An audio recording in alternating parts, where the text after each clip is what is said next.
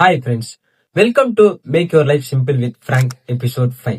சின்ன சின்ன மாற்றங்கள் மூலியமா நம்முடைய வாழ்க்கை தரத்தை மேம்படுத்த டெய்லி வீடியோ அப்லோட் பண்ணிட்டு இருக்கேன். மேலும் வீடியோ உங்களை வந்து சேர மறக்காம என்ன சப்ஸ்கிரைப் பண்ணிக்கோங்க. வாழ்க்கையில சில பேர் தான் எப்பவுமே டிப்ரெஷன்ல இருக்கிற போலியும் எப்பவுமே தனக்கு சோகம் தான் நடக்கிற போலியும் ஸ்டேட்டஸ் போட்டுட்டு இருப்பாங்க. அவங்களுடைய நம்பிக்கை எப்படி இருக்குன்னா, ஒரு இரவு நேரத்துல இருந்துட்டு நாளைக்கு நம்மளால பகல பார்க்க முடியாது, நாளை நேரத்துல சூரியன் உதிக்காது அப்படின்ற போலதான் அவங்களுடைய நம்பிக்கை இருக்கு. ஆனா பகலென்று ஒன்று இருக்கிறதுனால தான் இரவுக்கு இரவென்று பெயர். அதாவது இந்த பிரபஞ்சம் படைக்கப்பட்டது மனுஷனுடைய நன்மைக்காக.